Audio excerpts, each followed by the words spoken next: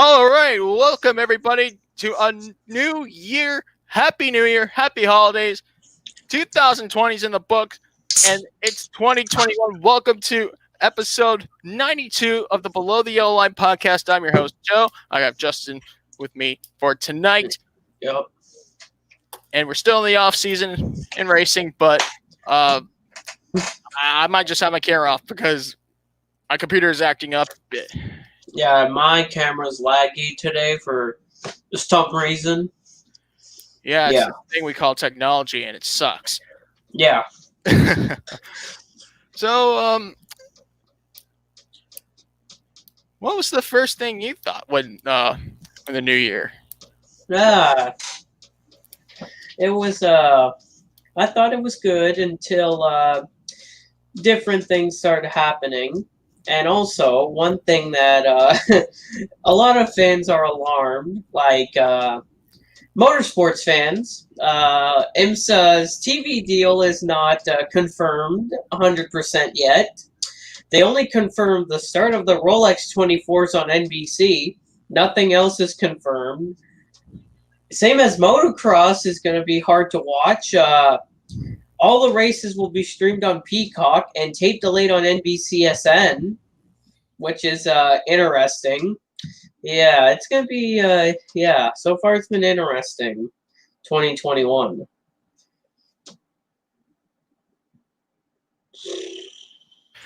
Well, TV deals, of course, is the main core for everything in terms of getting product placement, which is essentially the most important thing for auto racing, especially IMSA and motocross. Even motocross, two wheels, they need TV time, and everybody's still sorting out schedules here.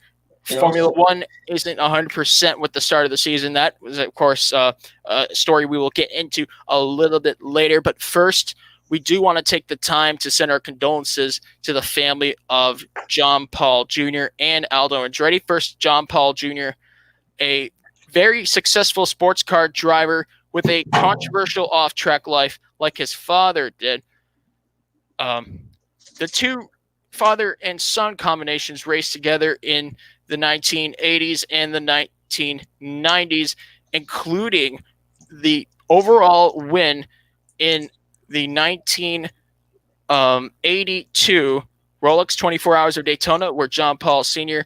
and Ralph Stallman, with John Paul Jr., won overall, driving a Porsche 935 JLP3 edition back in the old IMSA GTP series. John Paul Jr. was part of the 7-driver mega car. I call it a mega car because it's really a mega car. In the 1997 Rolex 24 Hours of Daytona, he won overall after 690 laps, driving for Dyson Racing with Rob Dyson, Andy Wallace, James Weaver, Butch Leitzinger, John Schneider, and, of course, the one and only Elliott Forbes Robinson, perhaps one of the greatest American sports car drivers from the 20th century. John Paul Jr. also won 2 IndyCar races, 15 years apart, including the 1983 Michigan 500. In just a handful of starts, he took the checkered flag when Rick Mears crashed on the final lap. He would have to wait 15 more years to get his second and final win in the Indy Racing League's 1998 Texas 500. John Paul Jr. also won the 12 Hours of Sebring and finished second overall in the 24 Hours of Le Mans. An entry with his father in 1982 was a class position of second, but with Jean Rideau, it was a near win. Now, Aldo Andretti. Aldo Andretti, the twin brother of Mario Andretti. An Italian born with American dreams. Aldo and Mario found a dream to make a living in driving race cars, which the rest is history in terms of Mario. But Aldo, unfortunately, his career ended in a crash in 1969, resulting in facial burning injuries. The end of Aldo's racing career, but it was '59 when Aldo and Mario put together a Hudson Commodore from the year 1948 behind their family's back to make some bucks. And that's when Mario's career just skyrocketed. The rest is history. And um, Aldo Andretti, the father of 5 children, including the late John Andretti, who we lost nearly a year ago to colon cancer. John Andretti, winner in IMSA, IndyCar, and NASCAR. Very versatile driver. And Adam Andretti, who at the age of 41 spent time racing in Trans Am and Stadium Super Trucks just a handful of years ago. So a sad ending to a difficult year for many racing fans. And Danny, I'm going to bring you onto the podcast. First of all, Danny, Happy New Year. Thank you. Thank you. Happy New Year, everyone. So, the loss of one from the family, like the Andrettis, they went through a difficult year with the passing of John Andretti in January. I think a lot of people haven't learned much about the life of Aldo Andretti, as they, of course, know with Aldo's twin brother, the famous Mario Andretti himself. Yeah, man. This is just heartbreak again for the Andretti family. I don't know. There is so much, and I honestly feel there is so much and no more they can take as a family. Besides the racing, because as many of you guys know, Mario and Aldo grew up together, growing up together from Italy, and then they moved here to the States. They worked together in like a parking garage, and then that's how their love for racing got started. And of course, Aldo was there with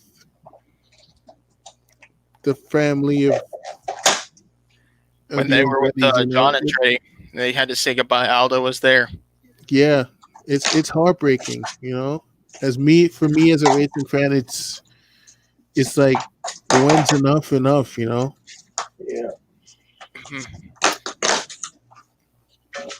We all know the Andretti family, the dynasty.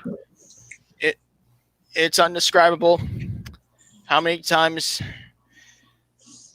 you hear the name Andretti, you get pulled over? Sam Posey. I'll take the words from Sam Posey, racing journalist himself and former F1 driver. Sam Posey once said, the first words out of a police officer's mouth after pulling you over is, "Who do you think you are, Mario Andretti?"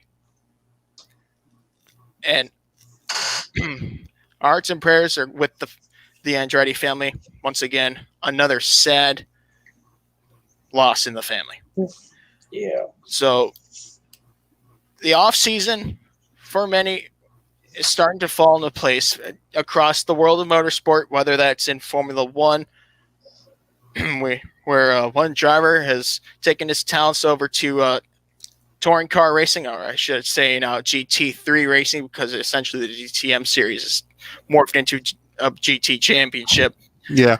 And Alexander Albon, a GT winner in Christopher Meeves, going prototype racing for the first time. We'll get into that in a second when we talk sports cars. A Daytona 500 champion, making his debut in the Rolex 24, Austin Dillon. Yep. But before we begin with the Rolex 24, let's start off with the news of today in F1, and that is the Australia Grand Prix, the season opening race that's essentially still scheduled to run on the 21st of March. The reports sound unfortunately true that there will not be the opening race at Melbourne Park in 2021. The race weekend is reportedly postponed due to Ah, um, the restrictions for travel and quarantine in the state of Victoria and in the country of Australia altogether.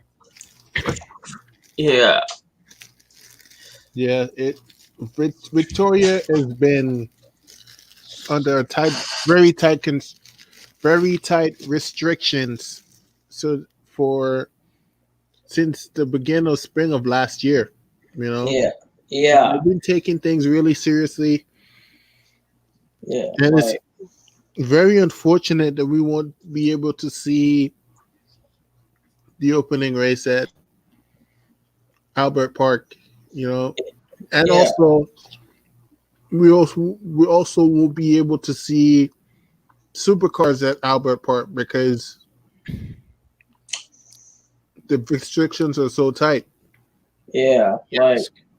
the thing about it, I've been realizing there's a thing about people are wondering why is Australia taking it seriously. Remember what happened? Where today we are January 4th. We were just in the holidays and people are traveling. Yes, I know people are still traveling, which is not the best idea, but people are traveling and then they get symptoms. Like usually you feel symptoms, you gotta call to your local health department and they tell you what to do and you get tested and then yeah, it's like there might be cases spiking. Like most countries, COVID cases are now spiking after the holidays. It's like you don't want to go to a place with tight restrictions and not do what the guidelines say. And it Like, took. I want to remind everyone what happened in June. I think it was June or July, late June. By the time supercars began their resumption of season yep, at Sydney, yep, they had about I think it was 2 or 3 doubleheader race weekends at Sydney yep. Motorsports Park. But one of the one of Oh the, yeah, the yeah. weekdays, I think about 3 or 4 Victorian-based teams all of a sudden had to relocate their shops Oh out of yeah. the state due to very sudden restrictions and controversial restrictions by the Victorian government, which included the banning of travel within and without the state. Oh yeah. I Teams remember such that. as Tickford Racing and Team 18 were affected by this. Yeah, I remember this. Like, it's like the thing is that people just want life to go as normal. Most of us do, but right now we can't. Even if it's not 2020, we're 2021. It's still you gotta do what restrictions say. You can't break the rules.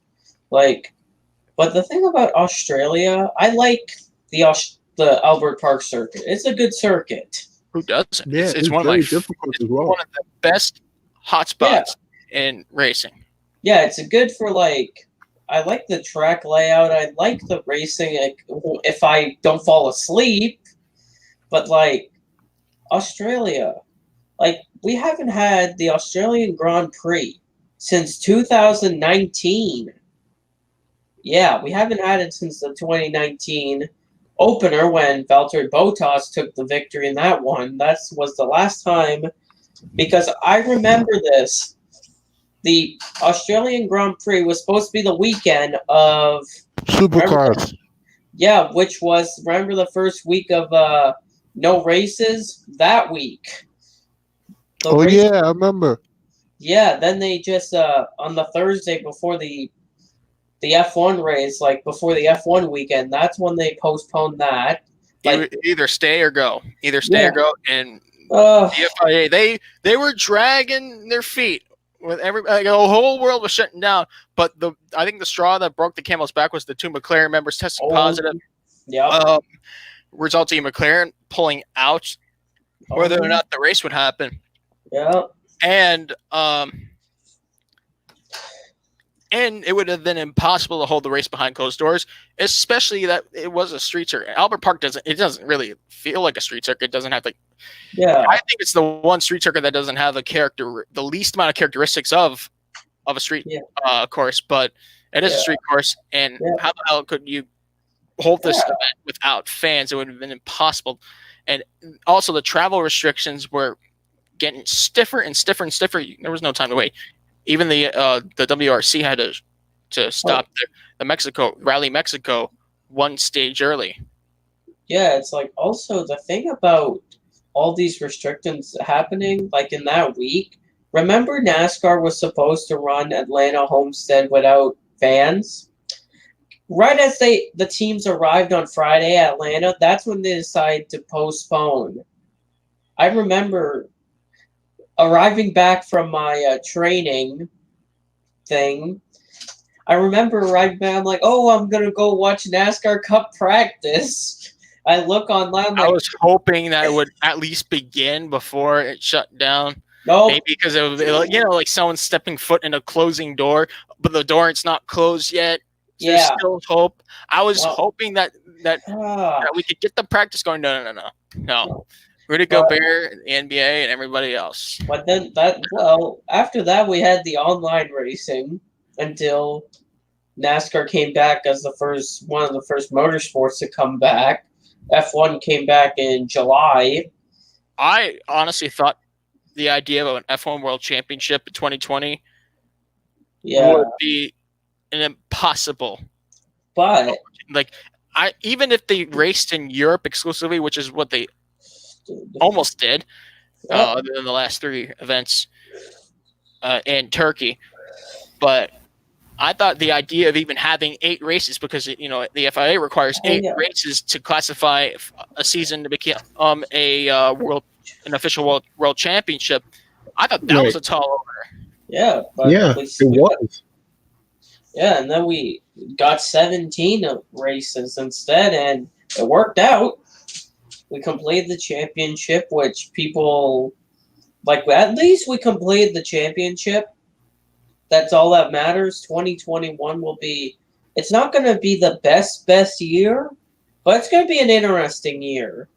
There's going to be ups towards probably the end of the year, probably downs at the beginning of the year, like Can't part say of 2021 without 2020.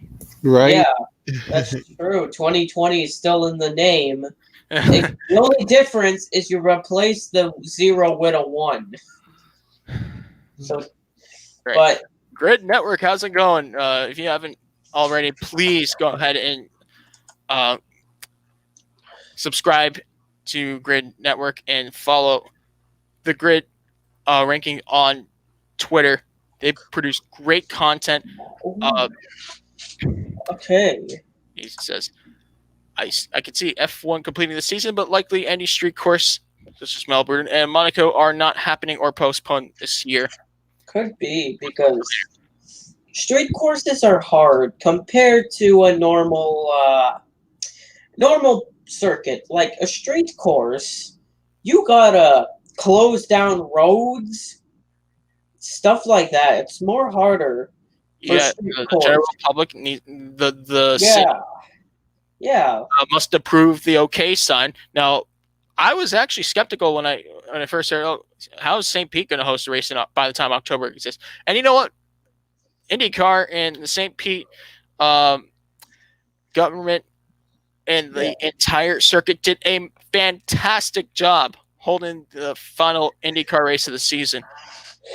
And I see some events working, and I see others that won't work just by how things went towards the end of 2020, which tracks had fans, which tracks didn't allow fans, which tracks didn't allow racing without fans at all. Yeah. All right, that Yeet says, I think the esport racing boom was a great thing because now we have more public awareness of it, and that gives sim racers more opportunities to be noticed by sponsors and go from there. Absolutely, sim racing skyrocketed Yeah, in I remember. 2020. Yeah, I remember the F1 esports, the not GP series. Like, there were so many during those races, during the F1 ones, you had names that were other athletes, like celebrities. You had also F1 drivers, but occasionally in those not GP series races, you had F2 drivers. Like, yeah, it was I think interesting. we're missing the boat here. They had Jimmy Broadbent in the F1 esports series, and I thought that was Yeah, Well, fantastic. well, that well, was Joseph, awesome. John. Well, Joseph, do you know who they once had in one of those races at Baku? Oh, They had Mahavir Raghunathan, which you Charlotte wouldn't Claire. you wouldn't let Well, you wouldn't let this conversation go without mentioning Mahavir Gunnison. well, Charlotte. Well, Charlotte Claire was getting overtaken by him, which was interesting. Yeah, someone's watching too much Josh Ravel lately. What? Right. Oh no! In all seriousness, watch his content. Yeah. Subscribe to Josh Revel. In fact, I want him on the podcast one day. He's a great content creator for F1, Yep. no question. But we were in the discussion of Formula One before going off on rails about which races are going, which races are staying, but which drivers are leaving F1. We now know that's Alex Albon. He will not stick around in an attempt for a ride in open wheel racing's highest level next year or this year. He's going to DTM. Yep. Liam Lawson, who is also part or was part of the Red Bull Junior program, will also race DTM as well. Yeah. Now, let's be honest. Would we be wrong to consider Alex Albon through with Formula One? Is there still an open door in 5-10 years from now that Albon finds an open seat? There could be, because what team is going?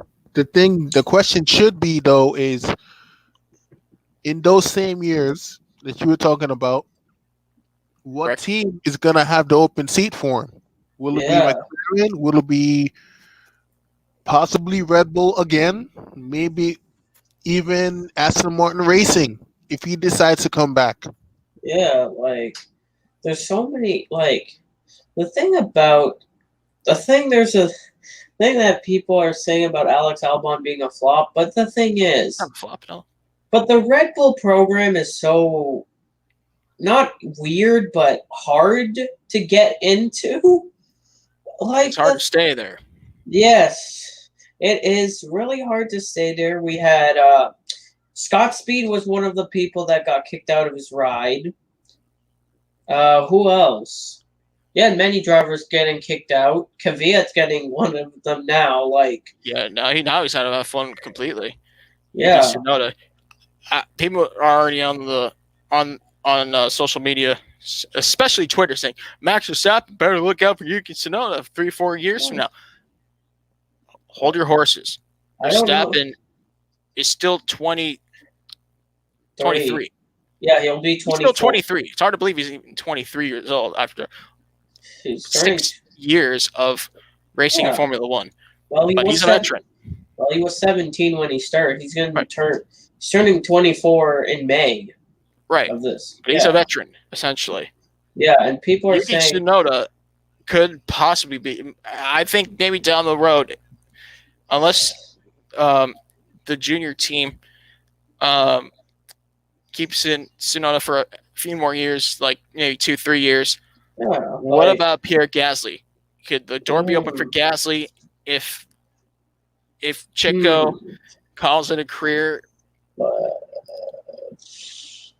I don't know. It just depends about what they decide if Gasly's ready again. because they tried the first time. That didn't work out so well. But there's always these Red Bull's so weird. Like they try driver once, and then they just kick them out and bring them back to the lower team, which is now AlphaTauri, which is a little bit interesting. They don't try drivers twice. The only driver that I could remember they gave a second chance was Danny Kvyat, like in the Red Bull program. Like they didn't try Gasly back again in the Red Bull seat. They brought back Viet after Brendan Hartley left. It's like the thing is, well, they also brought in Albon too in 2019. Which, like the thing about Red Bull's program is just not. I think it's a message to the drivers. Don't get comfortable here. Yeah, it's also the thing. There might be drivers in our system that are more that might be more ready than you.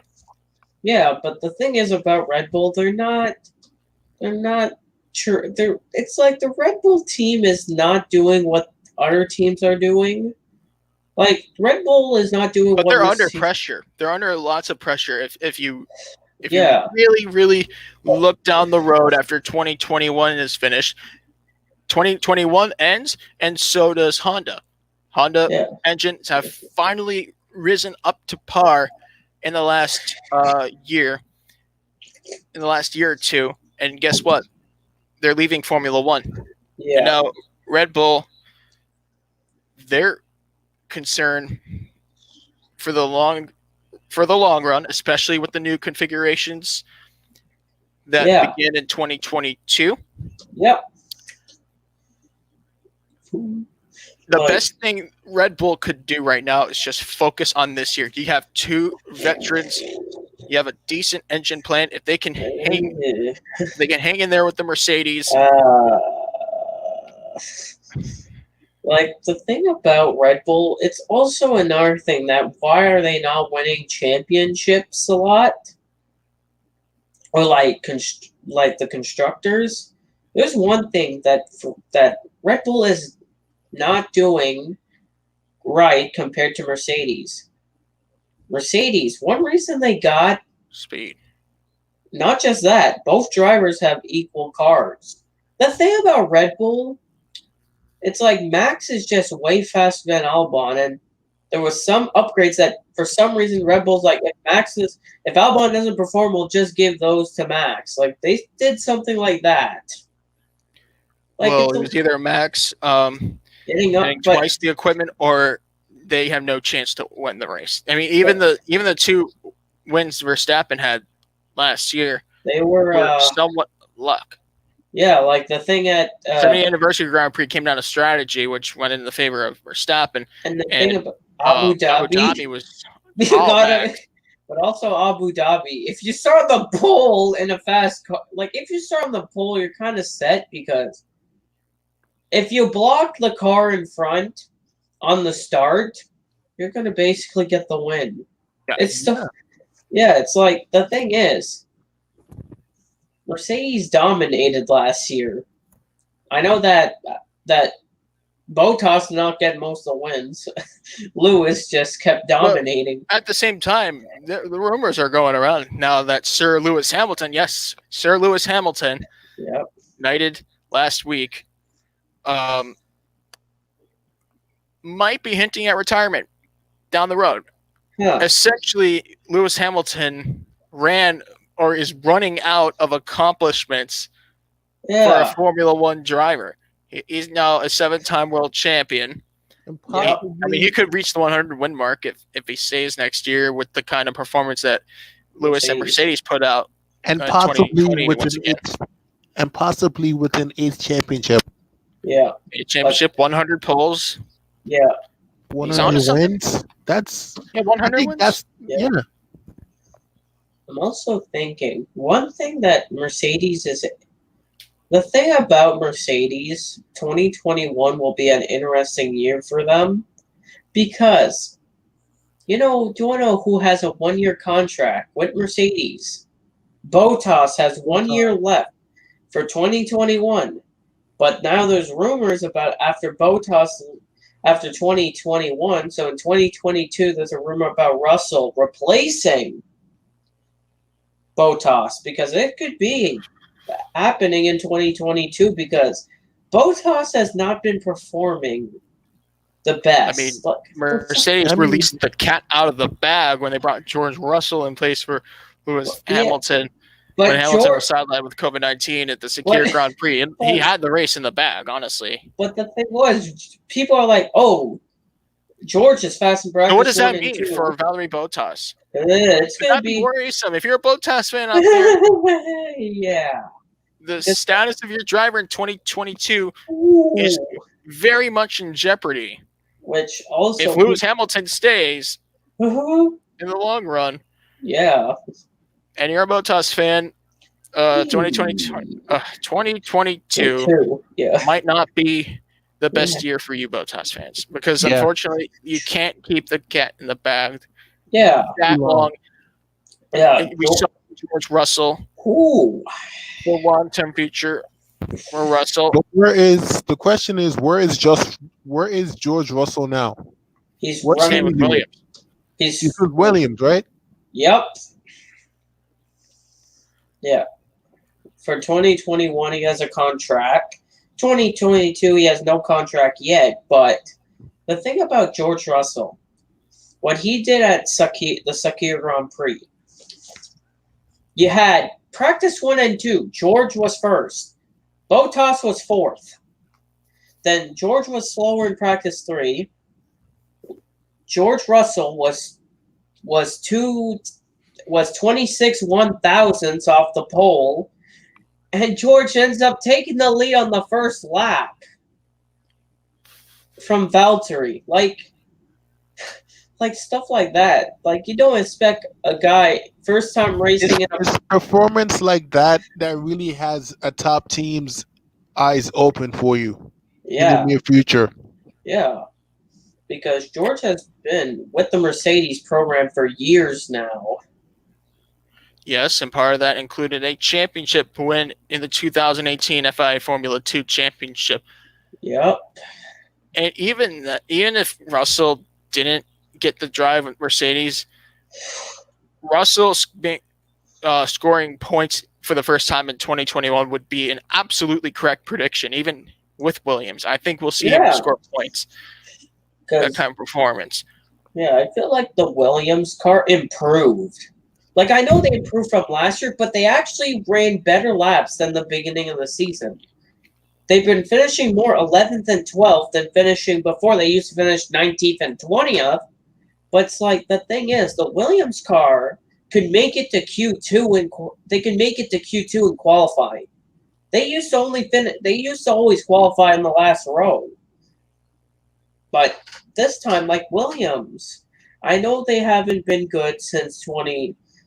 Basically, 2017 was their last decent year. 2018, that's where Williams started doing The bad. downward spiral. Which the 2018 lineup was not the best. You had Stroll, but then you had Sergei Sorokin, who got one lucky point at Italy. There's, but I feel like George will do decent with Williams. He'll probably be better than Latifi. Yeah, Latifi might. Yeah, I think. I mean, Latifi does have the cash, and yeah. I that know. keeps any driver, especially young driver like Latifi, in Formula One. But Latifi does have talent, but the Williams car's not his. Like Latifi has some talent, but the Williams car's kind of not helping him, and I wish I could say that I see it, but we'll have to find out when the season begins, whether that's in Melbourne or in Bahrain. We'll see. Have to see because we're only January 4th. I feel like the Bahrain Grand Prix will go as planned, with or without fans. I don't know about Australia. Yeah, I would be shocked if they made it to Canada by the end of spring this year. yeah. Because right now, Just by the state of how Canada's handling things, right? They have till June 13th. Yeah, but also a problem about the Montreal race. I'm looking at there's COVID and all that. Do you know what? Guess of all provinces to have the most cases and is Quebec. Yeah, they have the most COVID cases in Canada are from Quebec, and then that's really not helping. Trying to get to Montreal, but we don't know what's going to happen. What about Alberta? Oh, Well, all right, let's bring Herman Tilke and design a uh, a Baku style layout in Calgary. well, That sounds like a good idea. well, I don't know about that, but it's like the thing about it. It's like travel's going to be hard for F1 in 2021. Even I know it's not 2020, but it's going to be hard to travel because some countries are not allowing too much travel. Like Monaco, oh, geez. their first time the Monaco Grand Prix was not held since 1954. Yeah.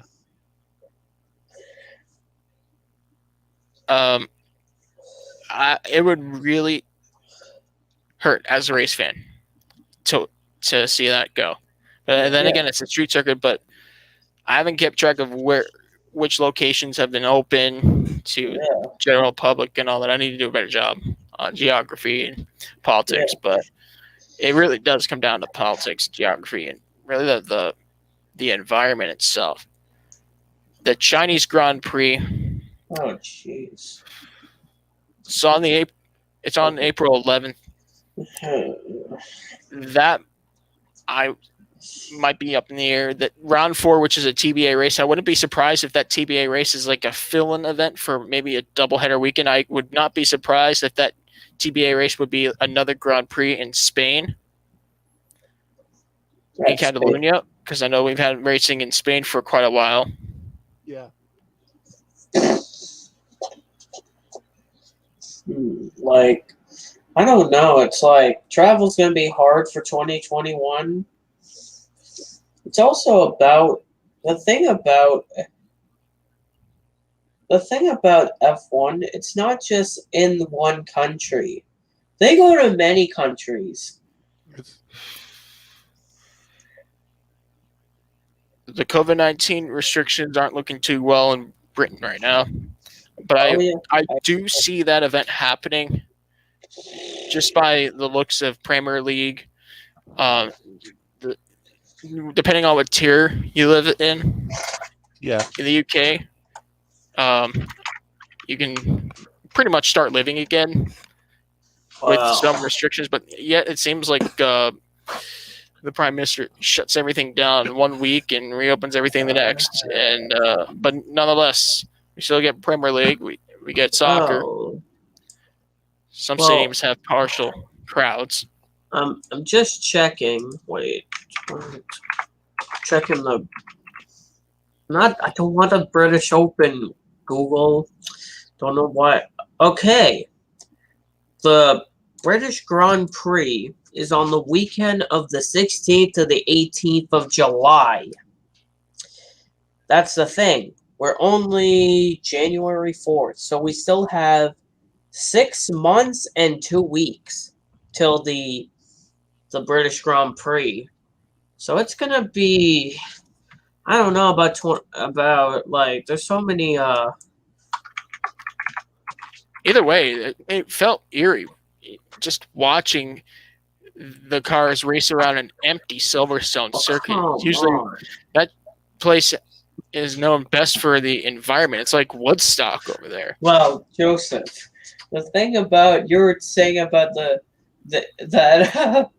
that in the UK they've been locking down and reopening everything. Mm-hmm. The UK is back under lockdown today. They're back under lockdown. It's like it's musical chairs at this point. Once you step a foot, all right, everyone in, get home, stay home.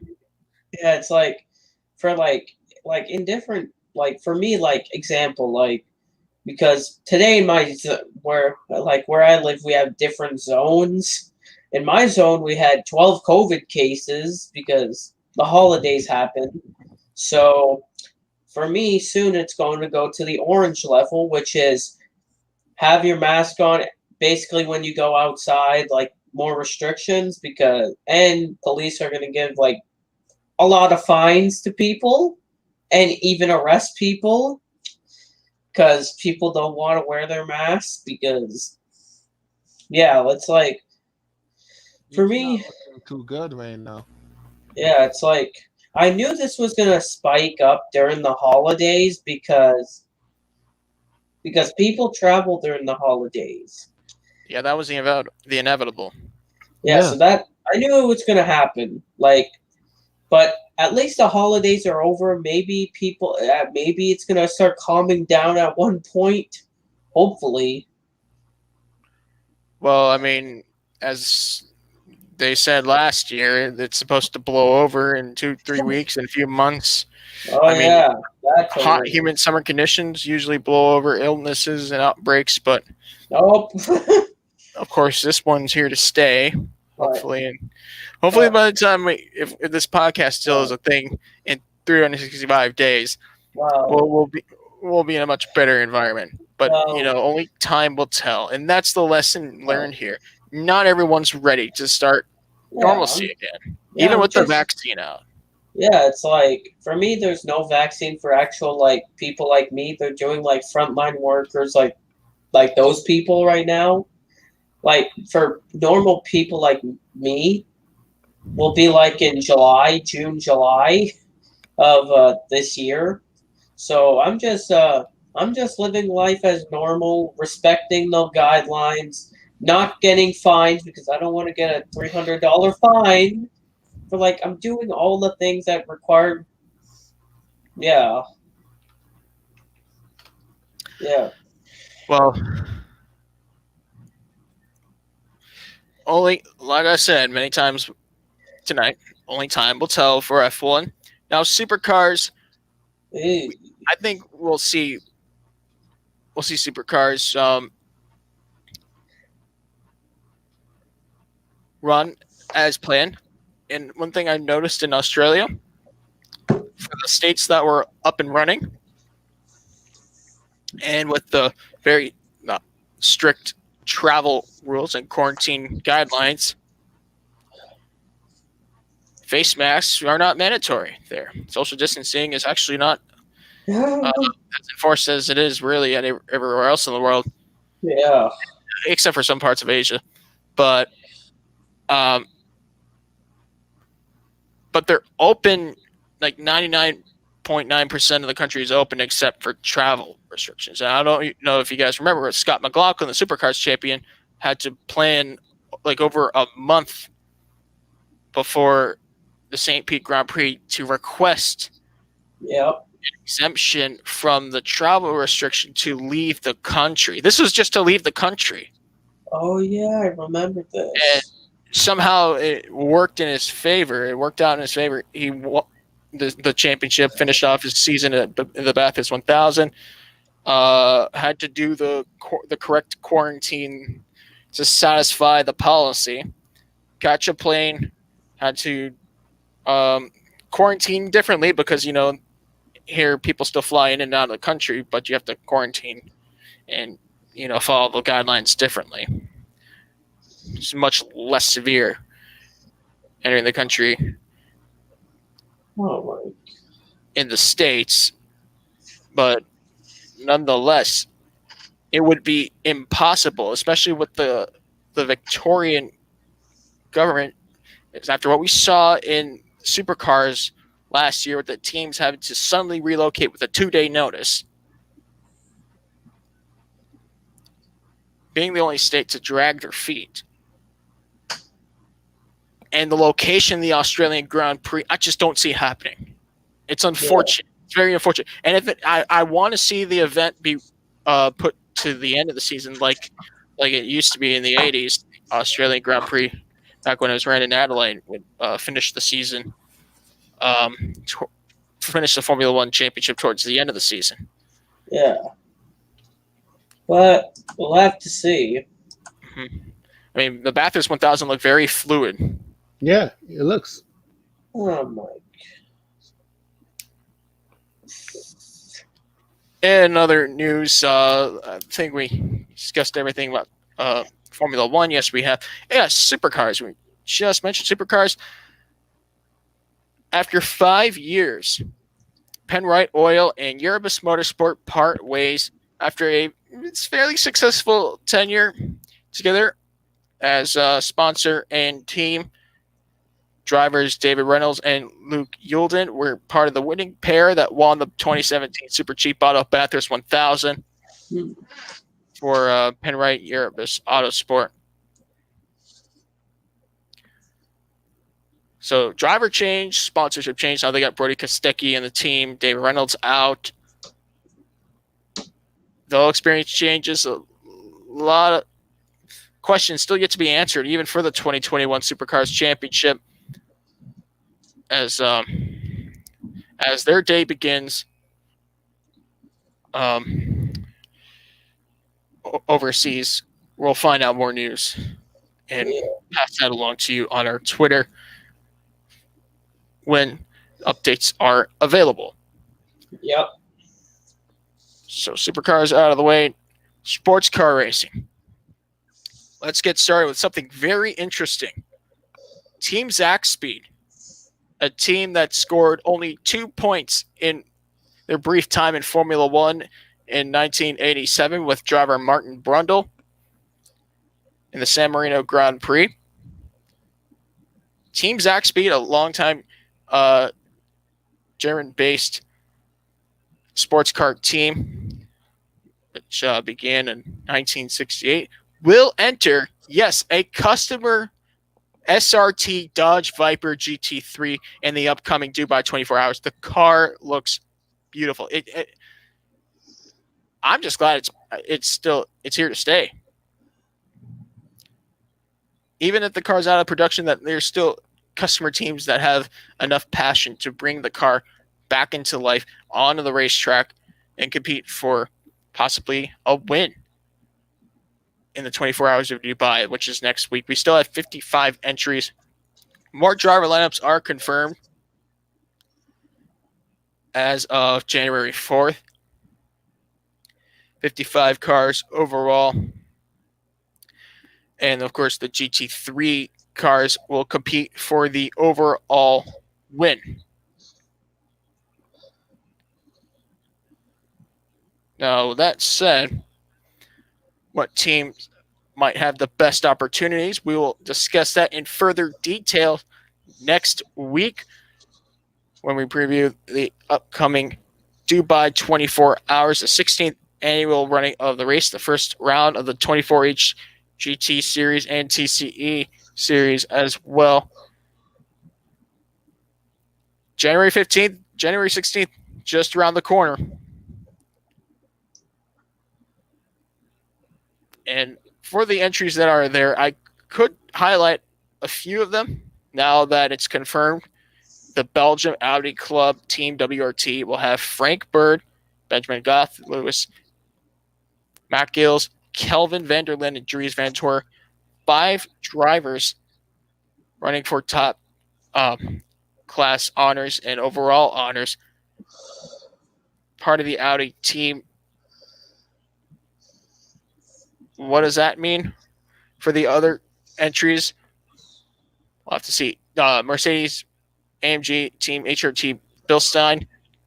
They have an experienced lineup with the likes of Patrick Eisenheimer and Mauro Engel.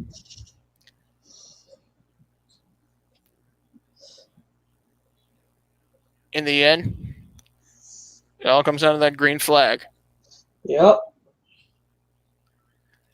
But there's one team that has an Audi lineup. Alex Alka, Finlay Hutchinson, Marcus Minglehawk, and Christopher Mees that might be a favorite to win. But that driver, Christopher Mees, is going to do something no thought he would do at the 24 Hours of Daytona.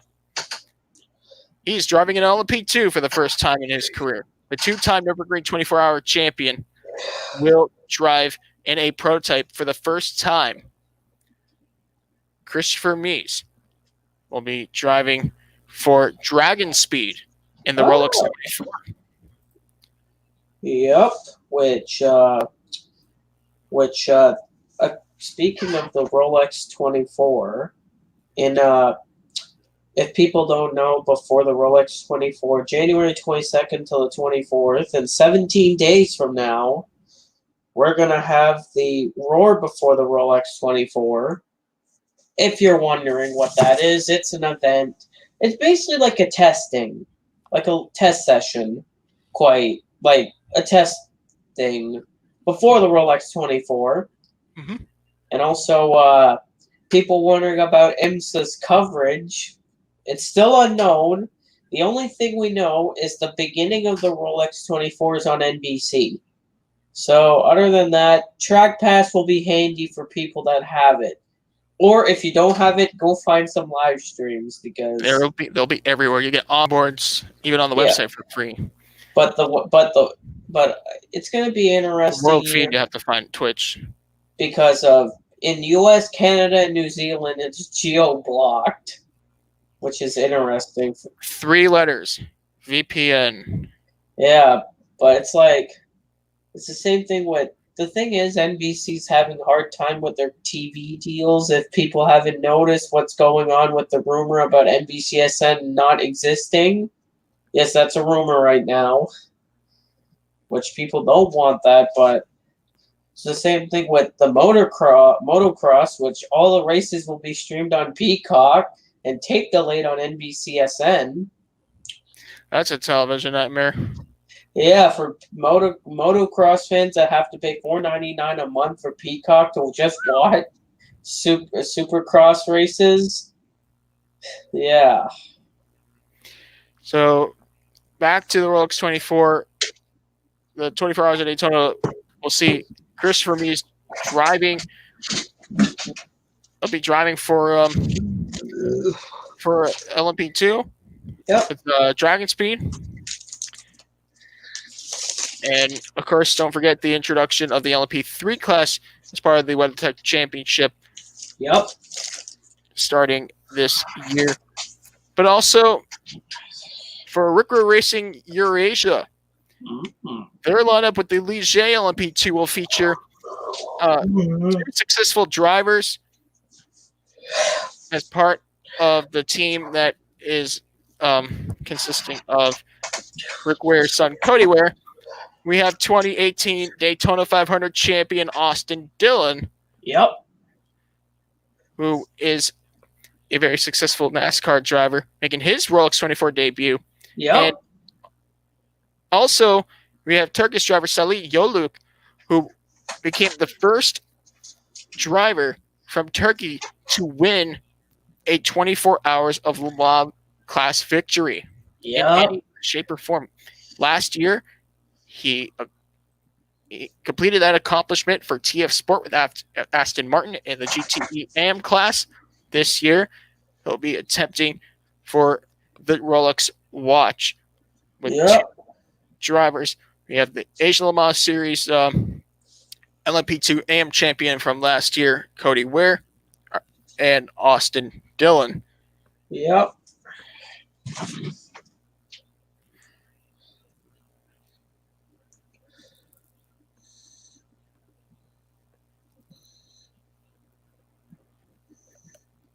An organized entry list will be released fairly soon. But they always release it after the Roar before the Rolex 24, usually around the time that the Roar for the Rolex 24 entry's out.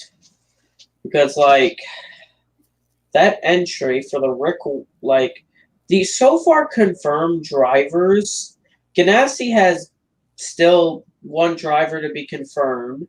JDC Mustang Sampling has their driver confirmed. Wayne Taylor Racing has their lineup confirmed. Same as Action Express, Meyer Shank, and Mazda Motorsports. They all have their driver confirmed.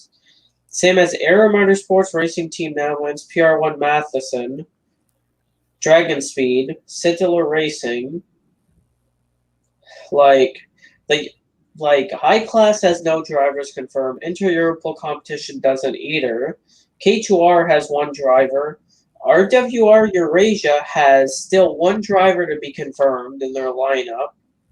Yeah, there's still entries to be confirmed, still drivers to be Oh, I confirmed. forgot to mention the GT3 um, subject here.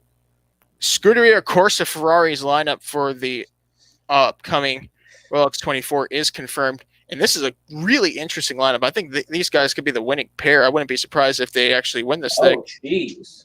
A lot of veteran experience here. Ryan Briscoe. Ryan Briscoe, very, very successful. Finished third in the 2009 IndyCar Championship. Has a bunch of wins and picked up a podium and of course he actually won the Rolex 24. He won in class in 2015 with the Corvette squad, and in 2018 with Ford Chip Ganassi Racing. He won overall last year with the Wayne Taylor Racing. Yeah. So it seems like they have, a good start for a driver lineup, but then you have entrepreneur and driver, gentleman driver Brett Curtis. That's not bad. Marcos Gomez and Ed Jones. I haven't heard Ed Jones' name pop up in about a few years. The last time I've seen him race was 2018. 2019 when he drove the 20 for Ed Carpenter on the road courses was the last time I've seen him race. Because Ed Jones, he ran for Dale Coyne. Then he swapped over to Ganassi, and he ran part-time for IndyCar for Ed Carpenter's number 20 entry. They might be the underdogs. We'll have to see when the race starts. But I noticed something in the GT Daytona class, no Audis. And maybe that's a reason why Chris Hermes is taking a leap forward into prototypes this year. Yeah. I don't see Team Land or any of the Audi club teams yet to be on these entry lists or the team charts that have been presented yet, but we see a lot of Audis. They'll be present for sure in 2 weeks' time for the Dubai 24 Hours. Yeah. And I wouldn't be surprised if one of them ends up on the top step of the podium. Another news.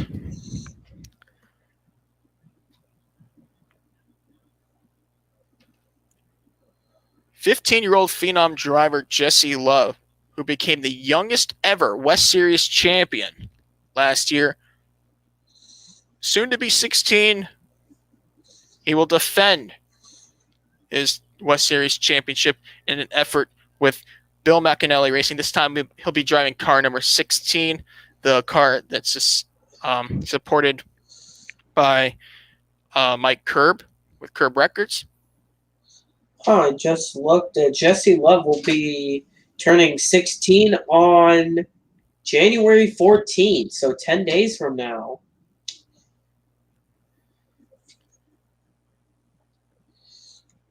I mean, it's hard to tell who's where, and especially in the regional series, but Jesse Love put on a clinic last year to the surprise of many, even with the pandemic-affected portion of the season. Yeah. He was up front, and the West Series had a lackluster grid, but I think all the ARCA series did, to be fair. Yeah. We should see more teams that be able to enter as everyone understands how current life works, and with the easing restrictions in some places, I think we'll have bigger grids than we did last year for sure. Well, that's across all three ARCA series. I'm reading the ARCA West currently. There's only two full-time teams with 3 drivers confirmed. Bill McAnally Racing with Jesse Love and Cole Moore. The other team that's confirmed is BMI Racing, Bridget Burgess in the 88. While part-time, you have Lira Motorsports entry 33, number 33, running 1 round. Logan Misraka. Justin Lofton will run 1 race confirmed in the 30 for Red Jones Racing. Well, and Joey Ice will run part time in the 54. Joey That's East, he's part of DGR Crosley. yep. Which he showed his speed in his own equipment. At Yeah, yeah, which Arca East the main Arca series so far doesn't look too well for full time teams. So right. far, only the 33 teams full time. Everybody else is running part time so far. But I think the part-time teams are going to spend most of the time in front for the races they enter. Yeah, Uh, in the end, we'll find out who where. yeah. Usually, Venturini makes an announcement during this time of the year of Arca their East. Oh, or their main ARCA, the National Series lineup. yeah. Arca East is not looking too well. Two full time drivers, like full time teams so far. GMS with Jack Wood, Daniel Dye, two rookies, and then you have Lyra's 33 part time and Joey Ice's DGR entry part time in the East Series. Which also later this month we'll have the ARCA TV schedule, which we know which races are basically it's going to be Mav TV and Fox Sports 1 and 2 Fox splitting. Sports usually carries the Daytona race. Yeah, and the finale. Just we don't know what network, like FS1, FS2. That's going to be announced most likely this month, later this month, because the schedule was released actually a month ago in December. Yeah, and I think we wouldn't be surprised the changes will be made within the as the season progresses, depending on the location of the race. Right. Let's see if I miss anything else. NASCAR Xfinity Series lineup. Mike Harmon Racing confirmed Bailey Currie and Kyle Weatherman to drive for Mike Harmon Racing. A third car expected to enter with Mike Harmon himself and veteran driver Joe Nemechek.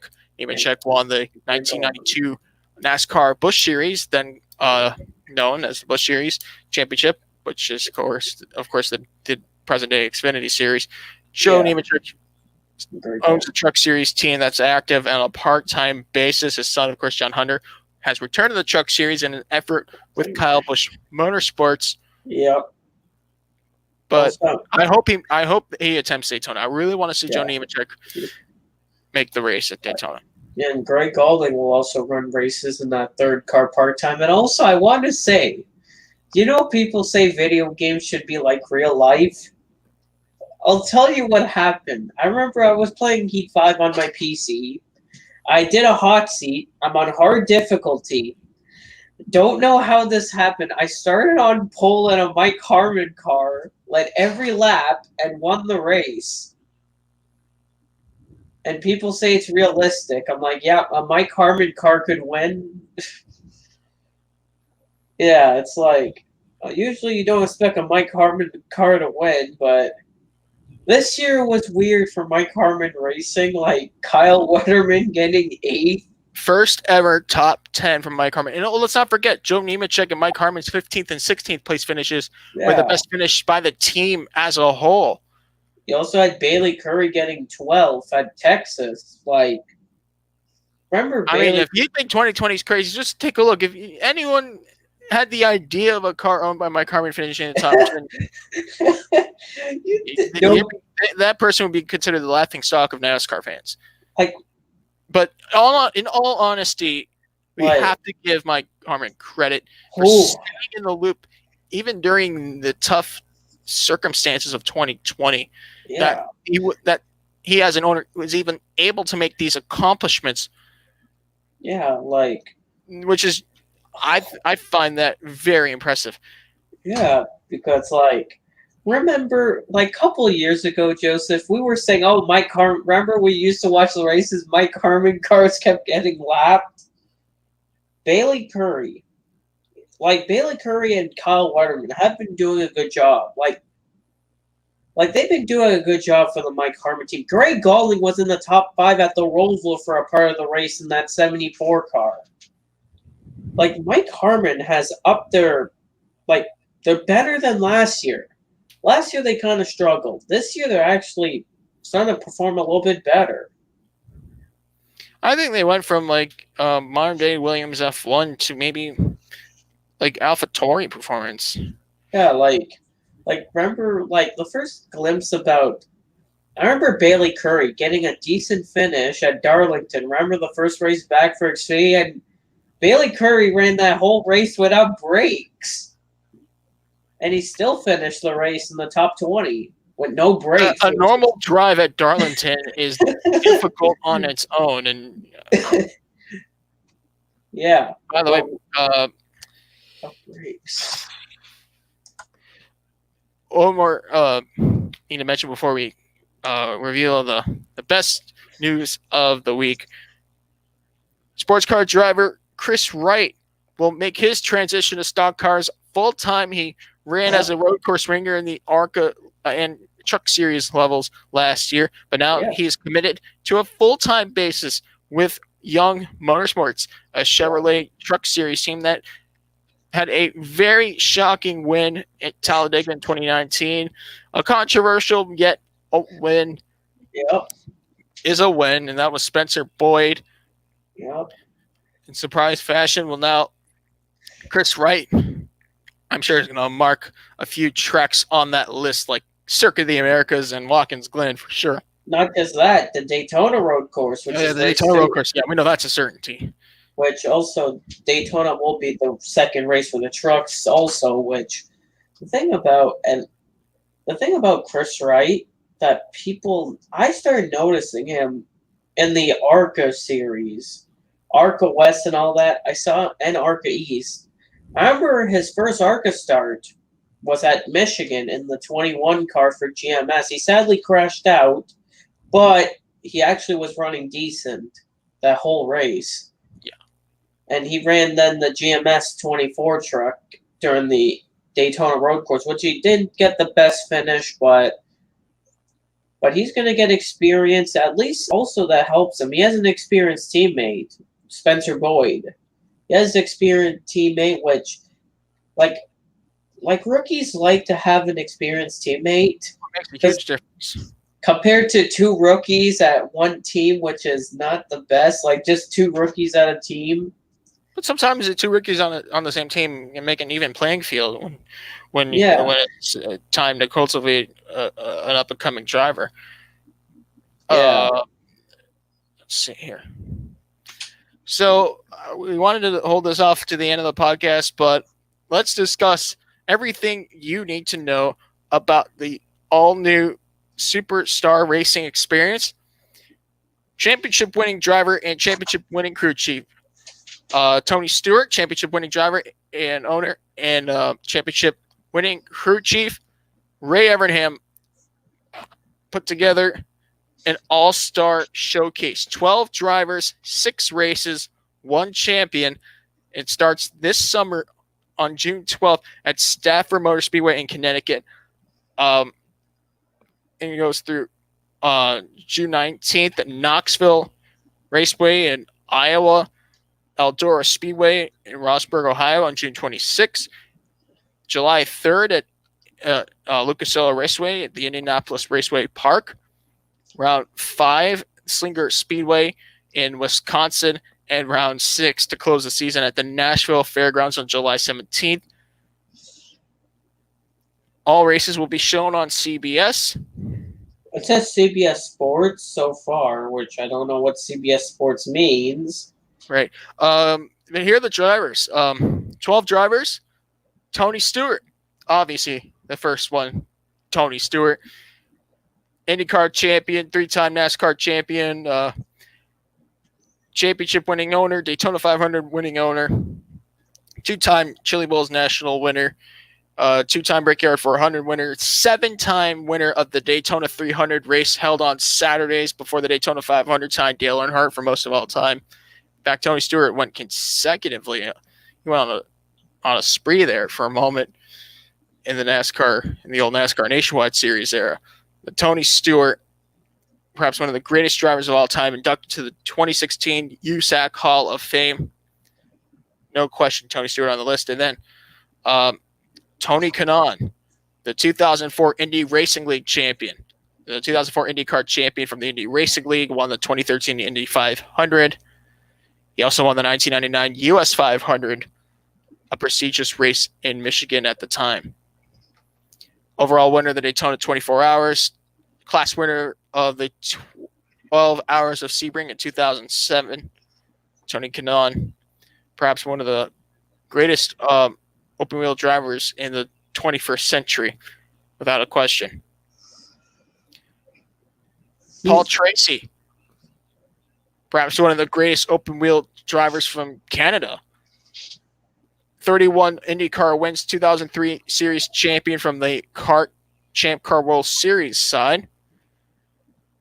1990 Indy Lights champion. He was once a test driver for Benetton F1 in 1994. Bobby Labonte, 2000 NASCAR Winston Cup champion, Brickyard 400 winner, Southern 500 winner, all in the same year when he won the Cup title. 1995, first career win was the Coca-Cola 600, just like Jeff Gordon's a year prior in 94. 2020 NASCAR Hall of Fame inductee, 1991 Busch Series champion, IROC champion, year 2001. Elio Castroneves,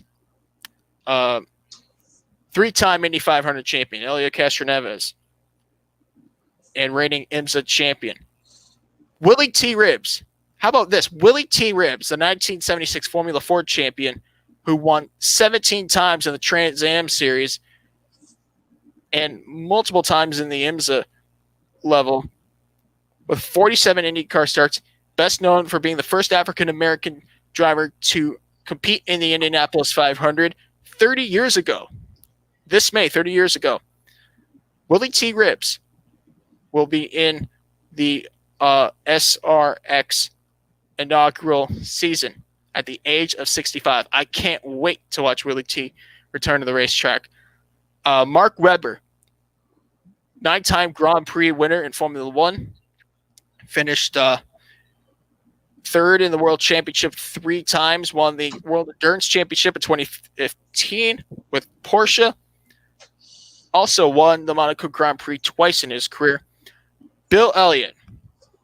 Yes, Bill Elliott, the father of champion Chase Elliott. 1988 NASCAR Winston Cup champion, 2-time Daytona 500 winner. 3 times he's won the Southern 500. In 2002, Bill Elliott won the Brickyard 400. Yep. In the waning years of his full-time career. 16 times Bill Elliott was the most popular driver in NASCAR, was given that award before he requested removal from the ballot to stop his record from skyrocketing, which of course that went immediately to Dale Earnhardt Jr. first year without Bill Elliott in the ballot. And lastly, the youngest driver in the SRX roster, Ernie Francis Jr., 22 years old from Davie, Florida, a 7-time Trans Am Series champion. He's won in Trans Am 23 times, including last year he won the SCCA National Championship runoffs, which were held at VIR. So he's essentially the king of SCCA competition in 2019. 12 drivers, 6 races. Everyone wants IROC to return after the demise of International Race of Champions in 2006. But I think we have that vibe again, Justin. It's here. Yeah. Because it's going to be, like, the series is going to, like, that series is going to be really interesting. Because it's not just a one series with just one sort of rate, just one race. Like, it's not just one like series like with like only NASCAR drivers. No, there's different drivers from different racing leagues. It's simple too. Just 6 races, 6 weeks, and that's it. Yeah. And 12 drivers. We have some dirt tracks. If you pay short tracks, it's going to be fun. And I have a feeling the fans will be there and they will love it. I think this is a good time to end the first podcast of the new year. Hopefully next week I can hear with 2 ears instead of 1. And being sick sucks, but hey, Hey Joseph, fine. did you hear? Hey Joseph, did you hear?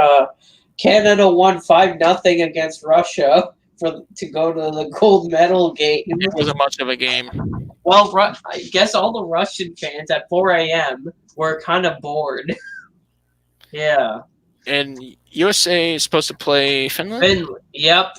Whoever wins that game will go for gold against Canada, which Canada has a strong team right now. Well, it's almost time for puck drop, so I think it's time to get out of here. For our partners Daniel Ford and Justin Heber, I'm Joe Lenny Pavlon signing off. We'll see you guys next week.